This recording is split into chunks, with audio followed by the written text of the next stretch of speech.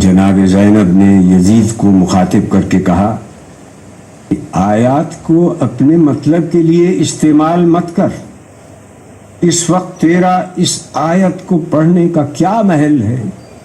اس کے بعد آپ نے اپنا تاریخ ساز اور عہد آفرین خطبہ ارشاد فرمایا.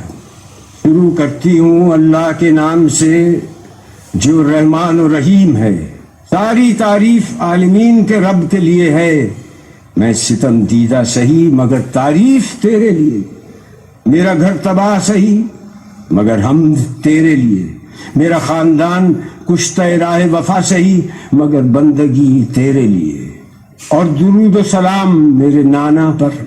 آپ نے جیسے ہی خطبے کا آغاز کیا دربار والوں نے پہچان لیا کہ جس بات کو چھپایا جا رہا تھا اب وہ بات آشکار ہو گئی. ہر طرف سرگوشیاں شروع ہو گئی. ہاں، برا انجام ہے ان لوگوں کا جو اللہ کی آیتوں کی تکذیب کریں اور جو اللہ کی آیتوں کا مذاق اڑائیں. کیوں یزید، تو نے اللہ کے قول کو بھلا دیا؟ اللہ کا قول یہ ہے کہ کافر یہ گمان نہ کریں کہ ہم نے جو ان کو مہلت دی ہے وہ اس لیے دی ہے کہ ان کا زمانہ ہمیں پسند آیا ہے یا نہیں. یہ مہلت اس لیے ہے کہ وہ گناہ پر گناہ کیے جائیں تاکہ عذاب زیادہ ہو. کیا یزید تو گمان کرتا ہے کہ یہ ملک ہے نہیں، یہ مہلت ہے؟ کیا تو یہ سمجھتا ہے کہ تیری یہ حکومت ہے، تیرا اقتدار ہے اور ہمارے لیے کوئی راہ نہیں، اور تو نے ہم کو در بدر پھرا کر اپنے جبروت کا اعلان کیا؟ یہ غلط ہے. ہاں یزید، ایسا ہوا کہ ہم شہر بشہر پھرائے گئے. ہم کو لوگوں نے دیکھا کہ ہمارے سروں پر چادریں نہیں تھیں.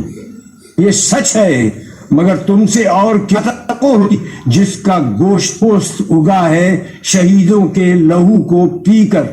اور تو کیوں جلدی نہ کرتا ہماری شہادت پر؟ کیونکہ تیری نگاہ بغض، نگاہ عداوت ہمارے کرانے پر لگی ہوئی تھی. کس کا لشکر کمزور ہے یہ تو جان لے گا. میں دیکھ رہی ہوں کہ تو میرے خطبے کو روکنا چاہتا ہے. تو کسی اور کام میں مصروف ہے.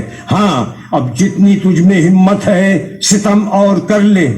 یزید، تو ہم کو ڈراتا ہے؟ اس کی قسم جس نے ہمارے گھرانے میں نبوت دی، اس کی قسم جس نے ہم کو کتاب سے سرفراز کیا. تو ہمارے مقصد کو پا نہ سکا، اب تو ہمارے ذکر کو قیامت تک نہ مٹا سکے گا. تو یہ نہ بتلا سکے گا کہ آل محمد کس غرض کے لیے قربانی دے رہے تھے. اب تیری رائے میں فتور آ چکا ہے. تیرے دن گنتی کے رہ گئے. اب تیرا مجمع منتشر ہونے والا ہے.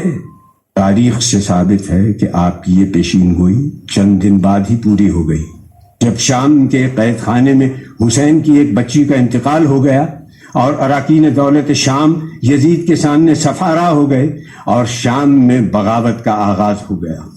میں دعا کرتی ہوں اللہ سے کہ جس نے ہم کو سعادت و شہادت عطا کی، اسی طرح سے ہم کو وراثت ارضی نصیب ہو.